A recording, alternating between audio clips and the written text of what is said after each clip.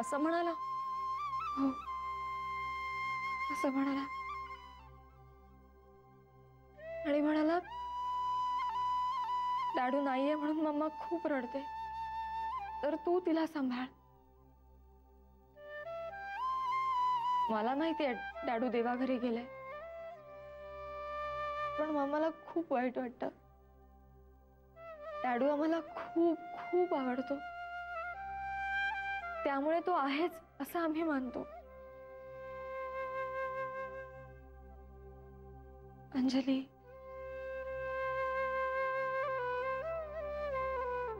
खूप काळजी घेतो का माझी तो? किती समजतं बघ लहान मुलांना. मेघना, तुला खरं सांगू, त्याचा खूप आधार वाटतो का मला.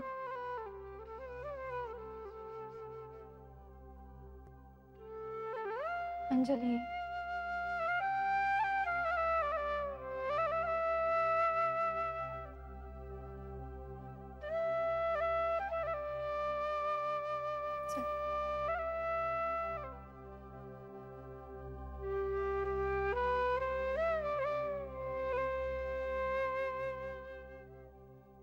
अरे वा, दोघं एकत्र?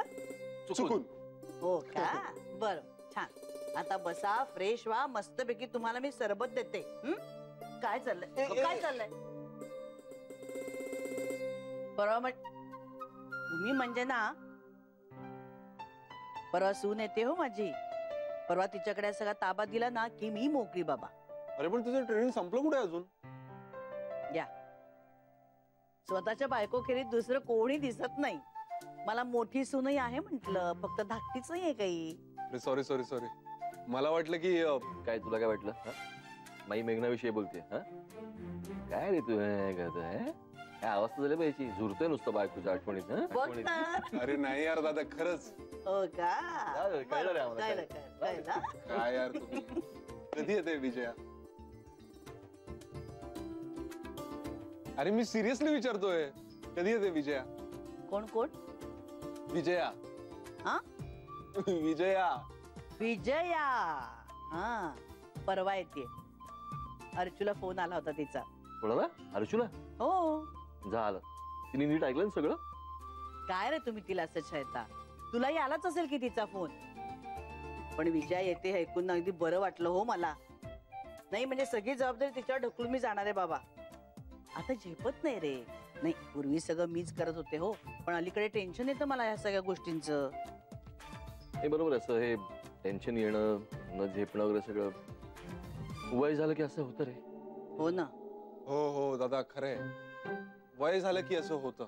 काय वय झालंय माझं? माझं वय झालंय माझा. हा, थांबा, तुम्हाला सरबतच देणार नाही आता. काय यार दादा, काही पण बोलतो यार तू. तरुण आहे ती असून यार. हो, नाहीतर काय. ए मेरी जोहर जबी, तुझे मालूम नाही. तू अभी तक है हसी. नौटंकी नुसते अगदी वडिलांवर गेलात. घ्या. Thank you thank you thank you thank you. म्हातारी झाले म्हणे.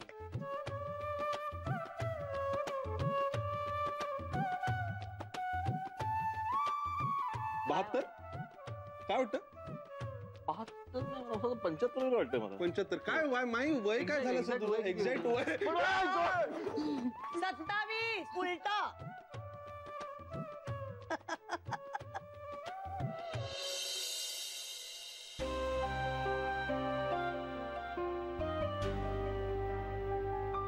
इथेच बसूया का थोडा वेळ? गर्दी दिसते ना. 10-15 मिनिटात डायनिंग हॉलमध्ये जागा होईल, मग जाऊया.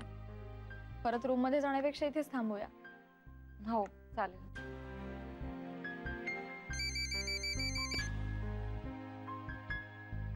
हॅलो. हां हां, बोला. बरं ठीक आहे. हो, आधी तुमच्या ऑफिसमध्ये, नंतर कोर्टात, नेहमीप्रमाणे. हो हो, येईन मी. ठीक आहे, थँक्यू.